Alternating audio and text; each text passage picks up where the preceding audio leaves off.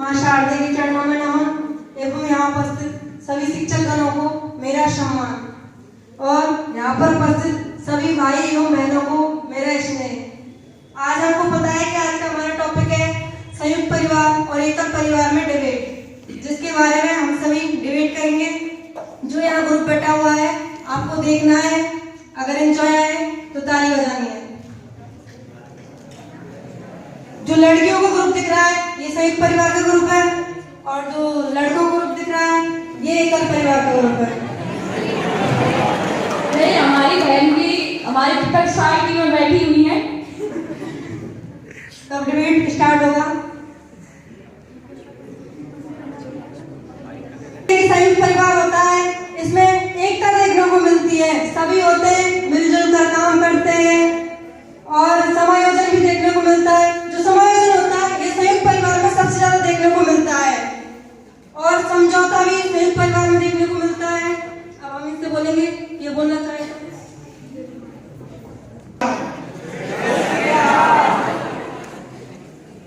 मेरा नाम BSc grade first year से। मैं यहाँ पर अपने विचार एकल पक्ष के रूप में रखना चाहूंगा। तो जैसे कि इन्होंने कहा कि संयुक्त परिवार में सामंजस्य यानी कि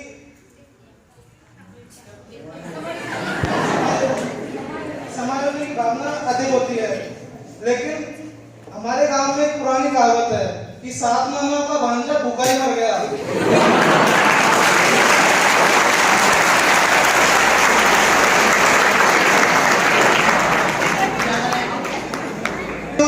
भी चल रही थी और अब भी चल रही है, लेकिन जो आज का टॉपिक है बाल विवाद, वो विवाद लगा ही नहीं अभी तक, तो आज विवाद तो होगा। यदि सामंजस्य संयुक्त परिवार में होता तो 7 मामा का भांजा भूखा नहीं मरता। उन्होंने एक बार भी नहीं सोची कि हमारा भांजा है, हम ही इसको प्राथमिकता देकर भोजन करा दें, लेकिन वो आखिरकार बेचारे क्या करे, वो खुद तो लेकर खा ही नहीं सकता था, तो आखिरकार उसकी मृत्यु हो गई। तो हम इसके बारे में अपने विपक्ष से जानना चाहेंगे कि वो अगला अंदर क्या देते हैं।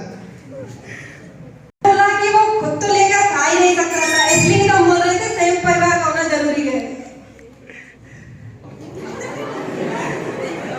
जैसा कि भैया ने कहा कि 7 मामाओं का भांजा भूखा मर गया, जरूर वो 7 मामा एकल परिवार में अलग अलग रहते होंगे तभी वो भूखा मरा, क्योंकि अगर वो संयुक्त परिवार में रहता तो कोई ना कोई मामी और सभी मामी मिलकर खिलाती उसे।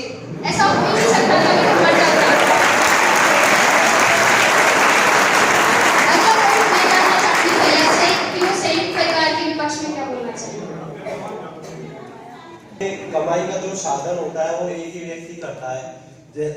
जैसा कि आपको पता है कि मतलब एकल परिवार में जो व्यक्ति होगा वह खुद के लिए कमाएगा और अपनी सेविंग कर सकता है, जबकि संयुक्त परिवार में कोई व्यक्ति है वह अकेला कमाएगा और पूरा संयुक्त परिवार उसको खाएगा, तो अपनी जो सेविंग है वो नहीं होंगी और अपना जो संयुक्त परिवार है वो पूर्ण रूप से घाटे में चला जाएगा।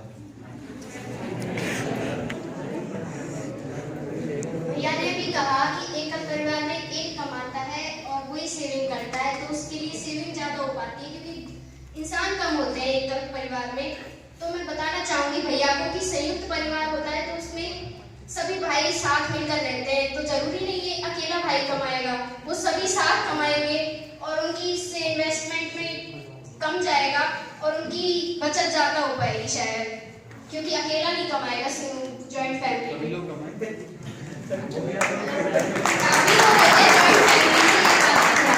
जैसा कि बहन ने बोला कि संयुक्त फैमिली में कई भाई कमाते हैं, तो उनमें हो सकता है कि मान लीजिए 10 लोग कमाते हैं तो 10 लोगों में किसी की सैलरी ज्यादा हो सकती है तो किसी की सैलरी कम हो सकती है। जैसे मान के चले कि एक भाई की सैलरी 50,000 है और दूसरे भाई की सैलरी 10,000 है, तो दोनों भाई तो एडजस्ट कर लेते हैं, लेकिन उनकी जो वाइफ होती है तो वो एडजस्ट कर लेते हैं।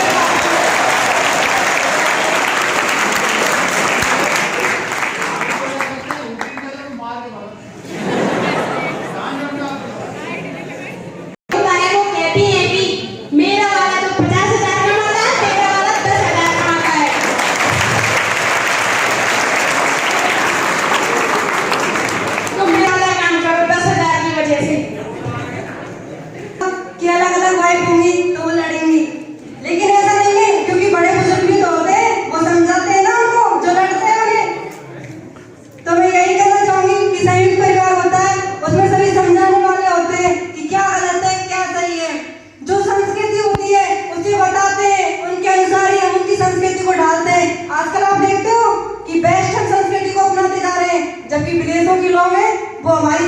ही अपना रहे हो।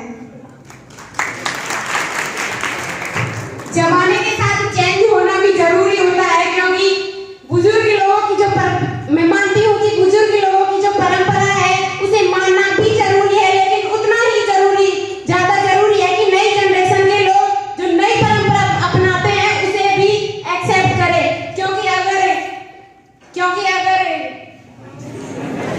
जब नई जनरेशन के थॉट से सामने निकल कर आते हैं और पुरानी जनरेशन के थॉट से सामने निकल कर आते हैं तो दोनों में टकराव होना लाजमी है।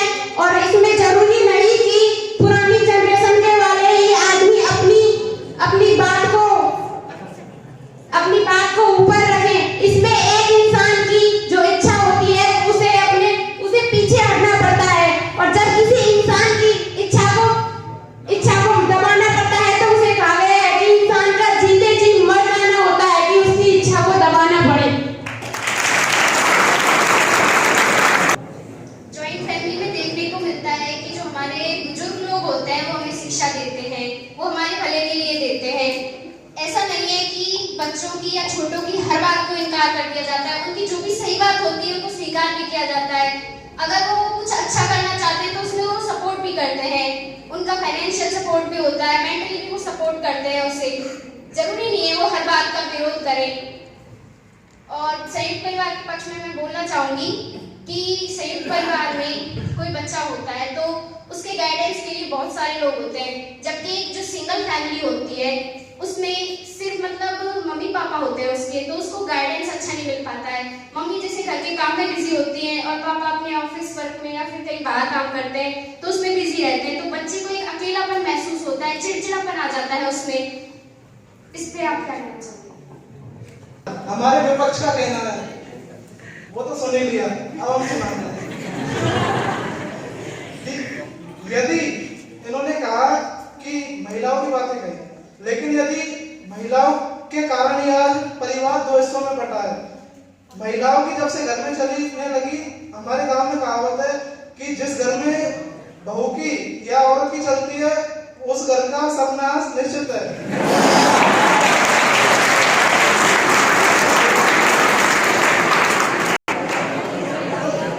आजकल बहुओं का बच्चों पर ध्यान नहीं है, घर को 2 का 3 कैसे करना है उसको क्या ध्यान है।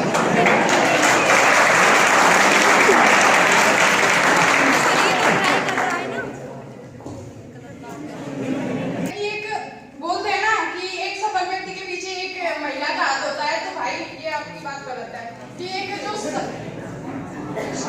बोला कि जिस घर में औरत की चलती है उसका सर्वनाश निश्चित होता है। जरूरी नहीं है हर औरत की सोच एक जैसी हो। और वैसे भी मेरा पॉइंट ये था कि बच्चों को अकेलापन महसूस करना होता है, सिंगल फैमिलीज में उनको गाइडेंस नहीं मिल पाती। उस पे आंसर था आपका। मैंने महिलाओं को कुछ बोला ही नहीं था, आपने जिस पे भी तर्क किया, आपने मेरे तर्क का जवाब ही नहीं दिया। कहाँ बच्चों को गाइडेंस तो भाई पिता की तो चलती ही नहीं है, पिता की चलती तो घर टूटता ही नहीं। अब चली किसकी, महिला की, तो उसका घर को 2-3 बनाने में ध्यान है, तो बच्चों को तो गाइडेंस देगा ही कौन।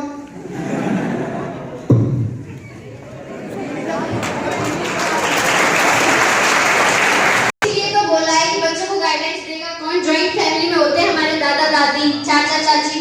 अगर वो गलती से भी गलत राह पे चले जाते हैं बच्चे, या उनको अकेलापन महसूस होता है, तो हमारे जो दादा दादी होते हैं, चाचा चाची होते हैं, वो हमें सपोर्ट करते हैं। जरूरी नहीं है हमारे मम्मी पापा हमें टाइम नहीं निकाल पा रहे तो हम अकेलापन महसूस करें। जॉइंट फैमिली में ये होता है। बोला कि हर एक इंसान की सफलता के पीछे एक लेडीज का हाथ होता है, ऐसा जरूरी नहीं है, क्योंकि हमारे आदरणीय माननीय प्रधानमंत्री मोदी जी के पीछे कोई भी लेडीज का हाथ नहीं है।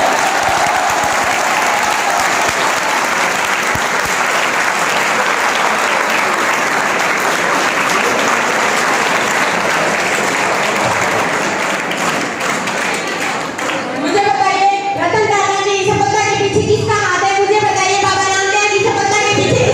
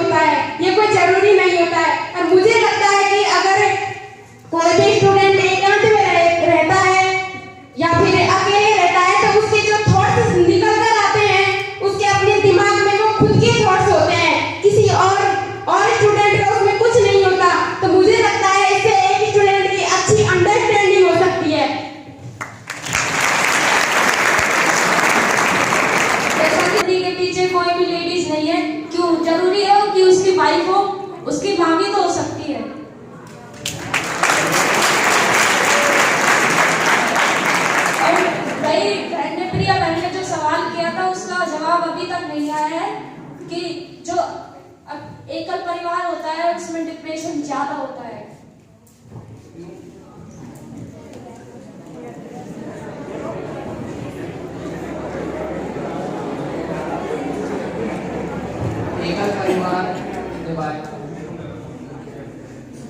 एकल परिवार में व्यक्ति अपने खुल के जी सकता है, उसको आज़ादी होती है, लेकिन संयुक्त परिवार में वो खुल के नहीं रह सकता, उसको अपने घर वालों की इजाज़त लेनी पड़ती है।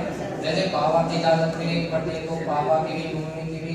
लेकिन एकल परिवार में घर वाले सोचते हैं कि हमारा अकेला बच्चा है तो उसको उसके वो जो करना चाहता है उसको करने दो। होता है उसमें इजाजत नहीं लेनी पड़ती। किसने कहा इजाजत नहीं लेनी पड़ती? क्या आप अपने माँ बाप से नहीं पूछते कुछ करने से पहले? क्या गोली कर लेते हो सब कुछ?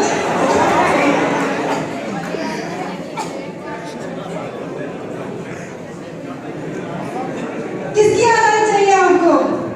लूडो खेलने की, पबजी खेलने की, बाहर डोलने की, जो आपके दादा दादी मना करते हैं।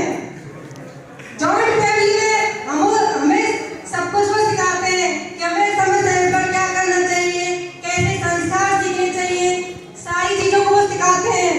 जैसा कि प्रिया ने बोला कि जो जॉइंट एकल परिवार होता है उसमें डिप्रेशन बहुत ज्यादा रहता है। हम देखते हैं कि रोज बढ़ते हुए युग में इसमें डिप्रेशन बहुत ज्यादा हो रहा है। हर एक परिवार में मेंटली प्रॉब्लम वाले लोग आपको मिल ही जाएंगे। क्यों हो रहा है? अकेलेपन की वजह से तो हो रहा है। अगर आज जॉइंट फैमिली में रहने लग जाए तो सोचने के लिए वक्त ही कहाँ रहेगा। पढ़ो, काम करो और लोगों के साथ बात करो, अपने दादा दादी के साथ कहानियों को सुनो, जो वो बातें बताते हैं उनको सीखो, तो अकेलेपन का महसूस ही कहाँ होगा आपको।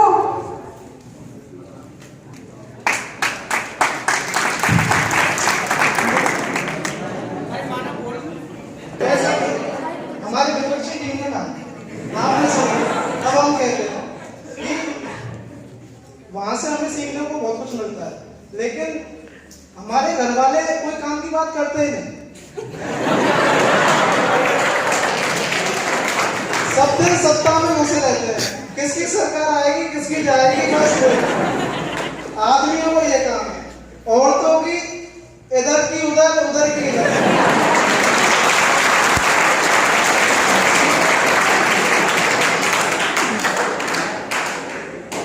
बच्चे भले ही स्कूल के लिए लेट हो जाए, लेकिन इधर की उधर पहुंचने में देरी ना हो जाए।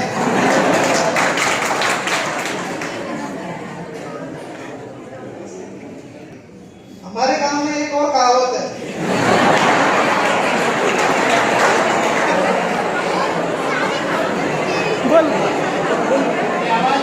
अरे सुना जिसकी लाठी उसकी भैंस। इसके बारे में हम पहले अपने विपक्ष से सुनना चाहेंगे कि वो क्या कहना चाहते हैं इसके बारे में। संयुक्त परिवार में डिप्रेशन नहीं होता